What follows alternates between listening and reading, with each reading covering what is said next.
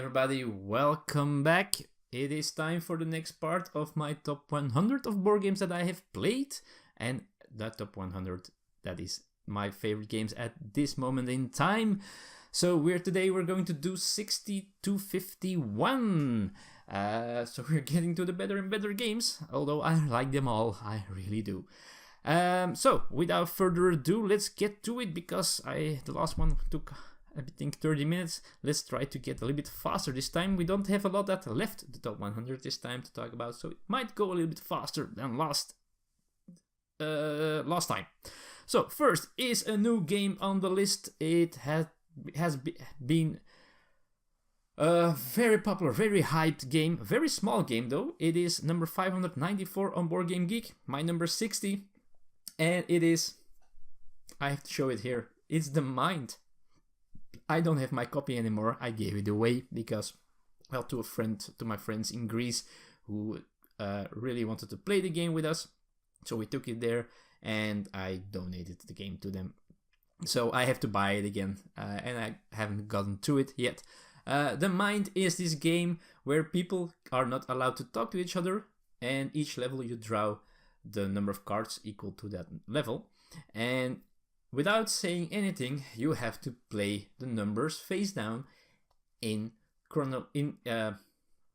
numerological order. So you have to play the lowest card first, but you cannot see each other's cards and you cannot talk about it. So you're just staring at each other, trying to figure out, is my number 9 really the lowest number? Isn't anybody having a lower number? Oh, they're waiting a very long time to play it. Let's play that one. And as soon as another player sees, oh god, I have a lower number, they will reveal it. You lose a life. If you lose all your lives, you're out of the game. Some cards let you decide to let you play all players to their lowest card, so maybe that helps, but you only have that many of those cards. Very interesting special game activity thing, but I like it for now. I don't think it will stay as interesting as time passes by, but it was a very cool, innovating thing in my opinion, and I like it quite a bit. Not on number 60 anymore. It's another very small game. It's the same size of box, and that's 6 takes or 6 named. You also have 5 takes, so you have different versions of this one here. In this game, you are trying to get at the least amount of points each round, and you have to play a card to these rows, and you always have to play the card to the closest number to it. And if you play the 6th card in a certain row, you have to take all the cards, which are of course points, and that you don't want to have those points. Very fun fillerish game, because it can take longer if you want to play it till the score that it says in the rulebook. I'm not sure how much it says here on the box. 45 minutes, so yeah, it's not the shortest filler game or card game that I know, but I like it, but it's not in the top 100 anymore. What did make it to the top 100, I forgot to put it here, is my number 59, which is a very new game from 2018 as well. It's number 1430 on Board Game Geek, and it's not on my pile of games yet, so I have to quickly take it here, and let's do it's right here. I'm sorry about this. It's Wildlands by Martin Wallace, and I think this is the only game by that designer that I own. It's by Osprey Games. I did an unboxing for this game, I believe. I talked a few times about this in my vlog as well. In this game, you are trying to score 5 points as the first player, and you do that by collecting your own gems that are on the board on this map here with different locations, and by defeating enemy units. And each gem and each unit that you defeat will score you 1 point. So it's not a very long game. You can score those 5 points rather quickly. So you have to be quick and smart doing so. And the cool thing is you do this with cards, and so each of your units have different life points and a different symbol, and you to use those units, you have to play cards that can be used by those players, by those units, and you have to play them to move your units, to pick up a gem, which takes 3 cards from that unit, or to attack. Your units can attack other players, melee, ranged, but other players can defend themselves with their cards, but they also have to be from the right unit to defend themselves. And more even, players have interrupt cards that they can play right after you do an action. You have to wait a little bit so players can have the chance to interrupt your action, and then they can start playing as long as they want, or as long as nobody interrupts their movement or doing whatever they are doing. After they're done, turn goes back to you and you can continue doing whatever you want.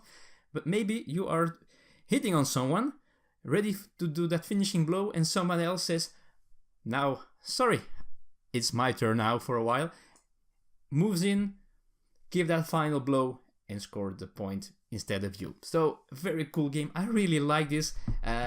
Very, very interesting, beautiful game as well. Wildlands, my number 59. Not in the list anymore, is a game that it's a very simple game with traitors and stuff like that. And the original one that I have, or I'm not sure it's the original one, it's Time Bomb. This is a Japanese version, I believe. And this game, you have some players who are terrorists and some who are SWAT team members, and they're trying to defuse a bomb. Of course, the terrorists want the bomb to explode. And there is a cool system in how to, well, you always have to choose another player that has to cut the next wire, and then they choose a wire. Of course, you want to bluff that you are, of course, not a terrorist, but sometimes you also want to bluff that you are a terrorist, because you want maybe if there are 2 terrorists, you want them to think that you are the guy that wants to cut the bad wire. Very strange. Now, somehow I lost a card in this version, so I cannot play this anymore because it's an important card that I don't have anymore, so this game is incomplete. I don't have that one anymore, so I bought myself Don't Mess with Cthulhu, which is the same game but a different version. So I still like this quite a bit. One of the very few social deduction games that I like, but not enough anymore to be my top 100. But I still like it as much as I did, but I like other games more now. Number 58, we're back to a Stefan Feld game. It was number 95 last time, so it got up 37 spots. It is number 288 on Board Game Geek, and I don't think many people will put it on their top 100. But I really like it. Many people think it's only a gimmick, and I'm talking about Amerigo, the gimmick of the cube tower. So in this game, each round you are throwing cubes in this cube tower, which is especially made that some get stuck and some others fall down, and the ones that fall out of it, they determine which actions can be taken and how strong those actions can be. And you're trying to sail around the map. You're trying to collect resources that you can score you points. You're trying to get control over areas on the map, and you have to defend yourself against pirates every round. And I really like it. Elisa really likes it as well. And in my opinion, it's way more than just the cube tower gimmick. This is a very decent game as well for me. Amerigo, number 58. Number 57 is a party-ish game. It was 39 last time. It was very new at that time. It dropped 18 spots. It's number 398 on Board Game Geek. And in this game, well, first of all, there is this discussion on how to call this game. It's Camel Up or Camel Cup. Call it the way you want. I'm not getting into the discussion.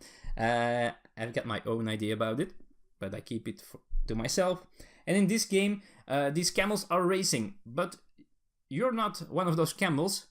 You are gambling on which camel will be the winner, and you're gambling on which camel will be the in the lead after one round of moving, and you will be trying to gamble on which camel will be the winner of the complete race. And you do this by, well, each time you are going to get a die in a color of one of the camels out of this pyramid here, and you're going to roll it, or it will leave the die revealed with a number on it, I think 1, 2, 3, and the camel is going to move. Now these camels, as you can see here, they stack on top of each other. So if a camel moves and it has a camel on top of it, it will take the other camel with it. And that creates, of course, very quick changing positions on the board, and it's hard to gamble to which one will be in the lead. So it is a little bit luck involved, but it's very fun to do. Also not hard to explain, very fun, cute little game. My number 57. 56 this is a portal game, a new one from 2018. It was a huge success. It is 480 at the time of this recording, so it reached the top 500, which is a very cool thing to do after a couple of months of being released. And this is a big one. Well, not a big one. It's just a normal box. It's called Detective, a modern crime board game. Now, in this box there are 5 scenarios, all made by I think 35 cards. But the most important thing is this uses a website that you have to use to play this game. In this game, the players are detectives trying to solve whatever mystery they need to solve. But this is in modern times, so you have modern things to help you. You have a database which is specially made for this game, which is extremely cool. You can enter DNA samples, blood samples. You can look in a database for suspects, their history, maybe some family members that you want to check out. Sometimes the game tells you that you can Google stuff. You can go to Wikipedia and find out things that really happened that are real, and that you have to deduce and make connections and stuff like that. The way to play it is to meet with friends for a complete evening. Say we are going to play a scenario of detective for a couple of hours. Order something to eat, have a big whiteboard, and write on it, make connections, make a timeline, do whatever they do in those shows like CSI and stuff like that. Very thematic, very cool, very nice game. Yeah, I really like it. Detective is my number 56. 55 was number 17 last time. It dropped a bit. I haven't played it that much, but I really like it. I know I really do. It is 821 on Board Game Geek, so I rate it way higher. It is, for me, it's one of the best gateway games as well, because it uses a system that everybody knows, and the system of bingo. And I'm talking about Augustus, or Rise of Augustus. It has been nominated for Spiel des Jahres in 2013, so it has been there for a couple of years already. And in this game, you're going to get cards, and these cards have symbols on them, and you want to place your Legionnaire meeples on those symbols. And the way you do that is one player is going to draw tiles that have those symbols on them, so they're going to reveal it. If you get all your Legionnaires on all the symbols of a card, you yell Ave Caesar, and you will get to score the card. The card scores you points, but might also give you a one-time bonus or an end game scoring bonus as well. Very cool game, very recognizable because it's actually board gamers bingo, but it's very good. That's why it's my number 55. The next game I do not own. It has been on my wishlist for so long, but somehow I never bought it. It's expensive to have a good one, and I always get to buy other games. It's always on my list for Christmas or for my birthday, but it never gets bought somehow. Maybe, probably in the future, I will get one of mine own, and that's this Crokinole. Crokinole is a dexterity game where you're flicking discs and you're trying to flick them in the hole in the middle. That's it. If there are disc of the other player on the board somewhere, you have to hit that disc first. You have to at least touch the disc with yours, and maybe you can flick it that way that you hit it and that yours goes to the hole. Who knows? It is a dexterity game. Really cool, very fun, very simple, also very easy to explain, but it's fun. It's just good old dexterity flicking fun. It's my 62. It was it's my 54. It was number 62 last year, so it went up 8 spots because I really like this game and I really want to own one. It is 76 on Board Game Geek, so people really like this one. So, Crokinole, my number 54. The next game in the list is my 53.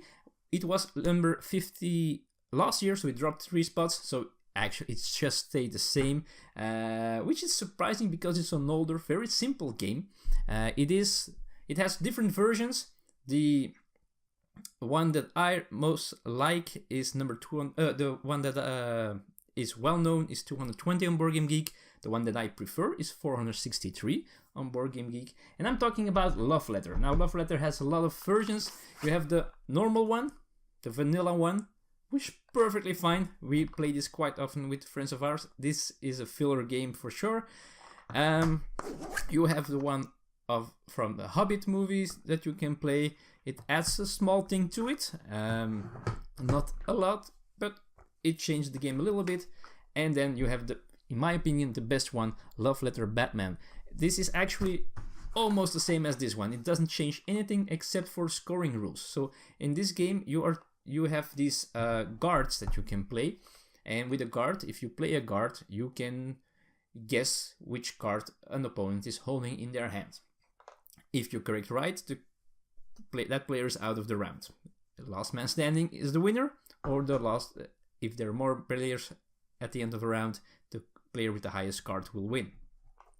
This game does exactly the same, except when you play a guard, and I'm not sure, I don't think it's called a guard in this game, but if you guess the correct card in the opponent's hand, he's out of the round, but you also score a point, which is so much more satisfying, because it doesn't happen that often that you guess correctly, and it gives you an extra boost, extra feeling of fun and accomplishment if you guess correct and gain a point for doing so. So, Love Letter, my number 53. Not in the list anymore is Quadropolis. It was number 53 last time, but I don't have the game. I'm sure that I haven't played it anymore. I'm sure if I play it, I would like it still quite a bit. I loved the idea of it. Less for 2 players. I liked the 4-player game where the board gets way tighter, but I haven't played it yet, so it could not be in my top 100 anymore. I don't own it, I haven't played it. So, Quadropolis, we say goodbye to you.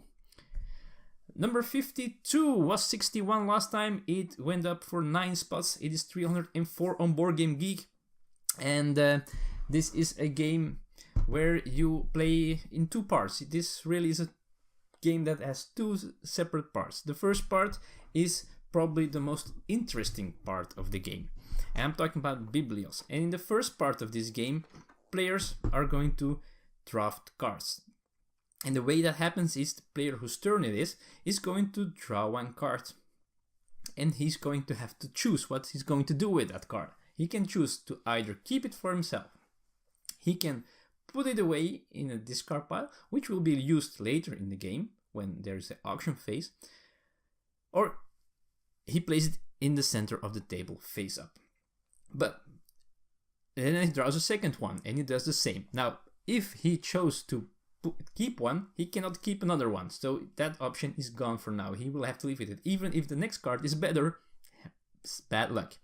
And then if you already put one away, you cannot do that anymore. At the end of the round of doing so, there are some cards in the middle equal to the number of opponents, and they will get to choose one of those cards as well for themselves, and in that way you will have a hand of cards at the end of that part of the game, and those cards you're going to use to buy the cards that are left over, that are put aside. They will be shuffled and put face up each time, one by one, and people will going to bid on it. Cards will be bought by gold cards, and gold cards will be bid on with these colored cards.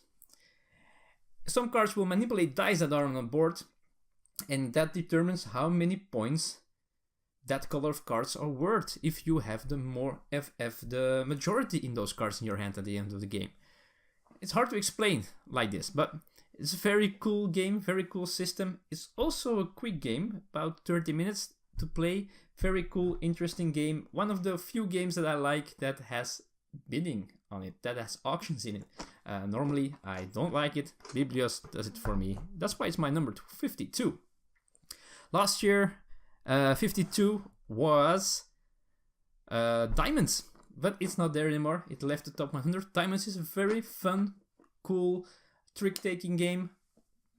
Plays a lot like Hearts and all those games, but in this case, if you win a trick with a certain suit, then you get a certain action, and you're trying to get these gems from the supply into your safe or in front of your safe, and those will score you points at the end of the game. Also, if you cannot follow suit anymore, because you have to follow suit as long as you can, if you cannot follow and you play another card, you also activate that suit's power, so you want to do that. Very cool, quick trick-taking game. Still like it very much, but it's not in the top 100 anymore. And then we go to 51, the last one of this list, the one that just didn't make it to the top 50, which will be next time. But first, let's talk about this one. Number 51 was my 46 last time. It dropped 5 spots. It's 74 on Board Game Geek, so it's popular still.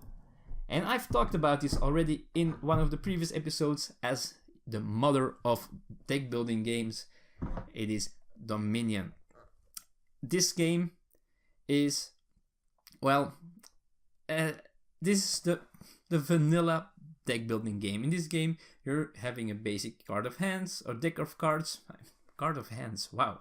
Deck of cards. You draw 5, I think, every round. You play them to get actions, to get more money. You buy cards. Improving your deck of cards and trying to get those cards that give you a lot of points. At the end of the game, you want to have scored the most points in your deck. Base game, very simple.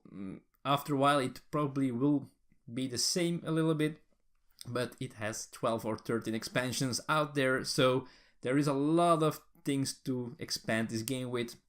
I still like it quite a bit because it's so accessible. The theme is not really great. The artwork, take it or leave it. But the gameplay, because it's so straightforward, is really cool. Dominion, my number 51. And that ends part 5 of this series. So next time we're going to dive into the top 50. I hope you will be there to join me in that dive. Oh man, some great games are coming. I'm already looking at the next 10 and some awesome games are in there, that's for sure. I hope you're there to see which ones there are. But let me first thank you for watching this part. Thank you very much. See you all next time. The top 50, folks, coming up.